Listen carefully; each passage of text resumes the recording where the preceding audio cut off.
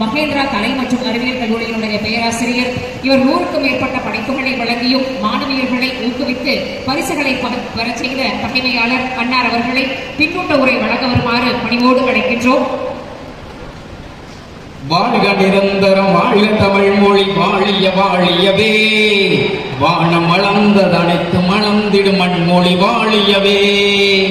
வாழ்க நிரந்தரம் வாழ்க தமிழ் மொழி வாழிய வாழியவே, வானம் அளந்தது அனைத்து மலர்ந்திடும் மண்மொழி வாழியவே. தமிழ் கூறும் நல்லுலகிற்கு வணக்கம். எல்லாரும் ஒரு கரகோஷம் கொடுக்கலாம்னு நினைக்கிறேன். எனக்கு இந்த கைத்தட்டு வேண்டாம், இந்த கைத்தட்டு வேண்டாம். நான் கேட்கறதெல்லாம் உங்ககிட்ட தங்கத்தட்டோ வெள்ளித்தட்டோ இல்ல, உற்சாகமான கைத்தட்டு.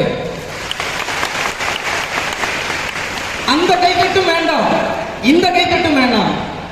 1 2 3 1 2 3 1 2 3 தட்டலாமா? இருங்க தொடங்குறேன். நான் தொடங்குறேன். நான் சொன்ன உடனே தட்டுங்க பார்க்கலாம். Ready start.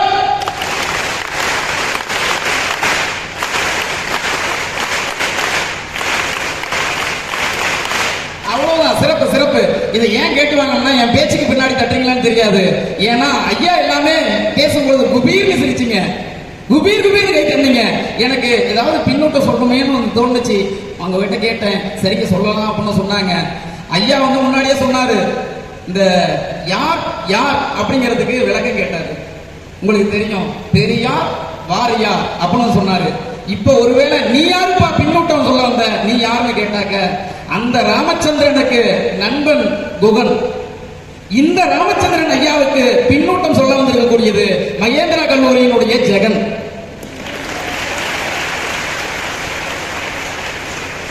கல்வி எப்பவுமே உயர்த்தும் அப்படின்னு சொல்லுவாங்க. கல்வி எப்பவுமே ஒருத்தங்களை உயர்த்தும் சொல்லுவாங்க. ஆனா இந்த கல்லூரி அமைந்திருக்கக்கூடிய இடமே உயரத்துல இருக்குது. இங்க படிச்சாவே எல்லாத்தையும் உயர்த்தும் நினைக்கிறாங்க. 96 ஆரம்பிச்சு இதுவரையிலும் பார்த்தோம் அப்படின்னாக்க, இந்த கல்லூரியானது 30 ஆண்டுகளை இன்றோடு நிறைவு செய்திருக்கு அப்படிங்கக்கூடிய அந்த செய்தி சொன்னாங்க. அந்த செய்தியை சொல்லும்போது நீங்க எத்தனை பேர் கவனிச்சீங்கன்னு தெரியல. இந்த ஸ்டேஜ்ல இந்த பக்கம் மைனா போய் உட்காருது, அந்த பக்கம் புறா உட்காருது. இந்த மைனாவும் புறாவும் எதை சொல்லுது? பெண்களுக்கான விடுதலையை சொல்லுது.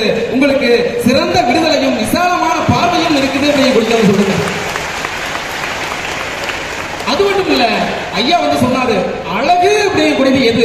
முகப்பூச்சா உங்க பேச்சா அப்படின்னு கேட்டா, கல்வியும் அறிவும் தான் அழகுன்னு சொன்னாரு. இத்தனை நாளா ஐயாவுடைய பேச்ச மெகா டிவிலையும் யூடியூப்லயும் தான் கேட்டுக்கிட்டு இருந்தேன். இன்னைக்கு நேர்லயே கேட்டிருக்கேன்.